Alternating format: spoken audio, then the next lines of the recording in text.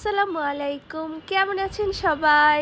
আজকে আমি first time একটা টোনার বানাবো। তো এই টোনারটা ভেবেছিলাম আপনাদের সাথে শেয়ার করব না যদি ভালো না হয়, কিন্তু মাশাআল্লাহ এটা আমার স্কিনে এত সুন্দরভাবে স্যুট করেছে যে শেয়ার না করে পারলাম না। এই টোনারটা আমি আমার বাসায় পড়ে থাকা কিছু বেসিক ইনগ্রেডিয়েন্টস দিয়েই বানিয়ে ফেলবো, যেগুলো সচরাচর আমাদের বাসার সবার আশেপাশেই থাকে বা রান্নাঘরের কিছু উপাদান দিয়ে ইজিলি বানিয়ে ফেলা যায়। তো এখানে মেন উপাদানটাই হলো এই ভাতের চাল। এই ভাতের চাল আমি এক মুঠের মতো নিয়ে নিয়েছি। কোরিয়ান স্কিন কেয়ারে কিন্তু ভাতের চাল প্রচুর পরিমাণে ব্যবহার করা হয়, আই মিন রাইস। তো এই রাইসটাকে আমি খুব ভালো মতো ধুয়ে নিচ্ছি 2-3 বার ওয়াশ করে। আমি এটাকে প্রায় 1-2 ঘন্টার মতো ভিজিয়ে রাখবো, যাতে আমার টোনাটা বানাতে ইজি হয়, কারণ আমার মেন উপাদানটাই হচ্ছে এই চাল ধোয়া পানি, চাল ভেজানো পানি।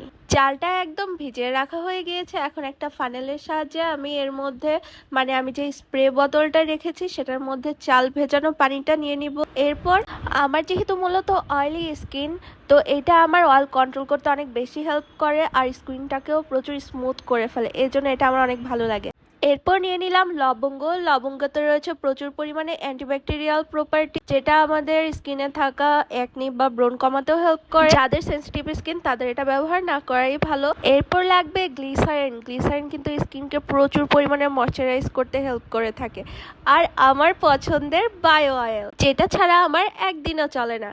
তো এখানে আমি প্রায় 1 টিস্পুনের মতো দুইটা থেকেই দিয়ে নিয়েছি, মানে গ্লিসারিন 1 টিস্পুন আর বায়ো অয়েলটা 1 টিস্পুন দিয়েছি। এই তো আমার টোনারটা একদম রেডি হয়ে গিয়েছে। এখন আমি এটাকে ফ্রিজের মধ্যে রেখে দিব 2-3 ঘন্টার মতো ঠান্ডা হওয়ার জন্য।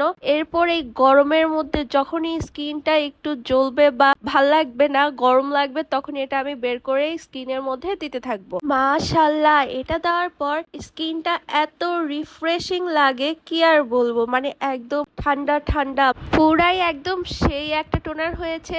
এই গরমের মধ্যে এটা তো একদম বেস্ট, মানে এটা আমার স্কিনের জন্য বেস্ট।